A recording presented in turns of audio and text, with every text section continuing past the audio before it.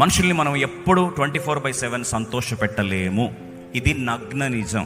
ఒకే వ్యక్తిని జీవితాంతం సంతోష పెట్టడం ఎవరికి సాధ్యం కాదు. First point.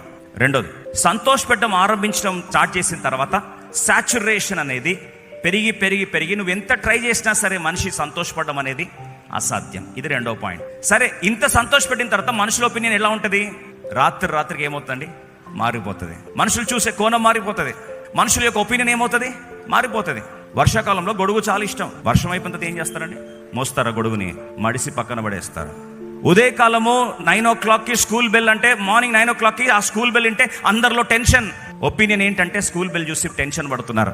అదే స్కూల్ బెల్ 4:30కి కొడుతూ ఉంటే ఎక్కడ లేని సంతోషం. ఒపీనియన్ మారలే. విషాదం ఏంటంటే ఎప్పుడైతే సత్యం తెలుసుకుంటామో అప్పుడు దేవుని ఒపీనియన్ కొరకు జీవించడం ఆరంభిస్తాం.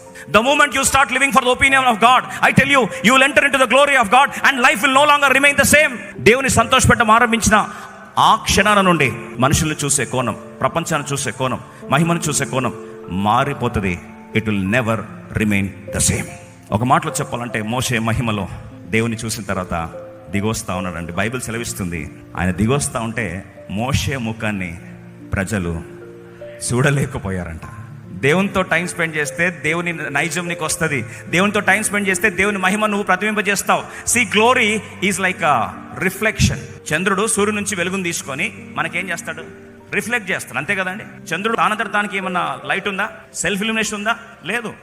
సూర్యుడు ఇచ్చేదాన్ని ఏం చేస్తాడు? భూమికి రిఫ్లెక్ట్ చేస్తాడు. అదే రీతిగా నువ్వు దేవునితో స్పెండ్ చేస్తే దేవుని మహిమ నీలో ఏమవుతుంది?